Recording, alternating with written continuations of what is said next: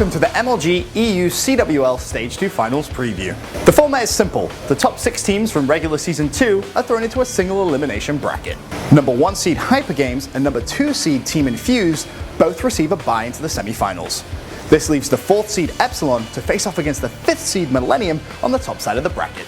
On the bottom side, however, 3rd seed Splyce will face up against 6th seed Supremacy. I caught up with Europe's very best Brycey to get his expert opinions on the weekend's action. You had Splyce versus what was XL back then, which is important because they were Hypergames. And they ended up losing 4-3, which wasn't unusual for XL back then. Then you had Epsilon.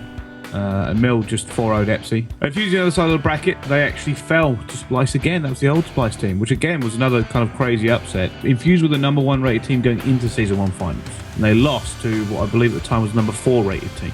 Basically, the Splyce team come out of nowhere. It was a really good season, actually. Infused managed to just pip Splyce right towards the end week. Splyce had a bad run of luck just after ESWC, where they performed so well. See, this is the problem. Mill beat Infused. Infused have beaten Splyce, Hypergames have beaten Mill, and Splyce have beaten Hypergames. Like, how are you supposed to realistically put that into a cogent form of what's going forward? I think Supremacy just don't have a hope, honestly. All they've got is a nice trip to LA. Then you come down to, like, Mill. Will Mill do what they did last time? I think Mill will make the finals.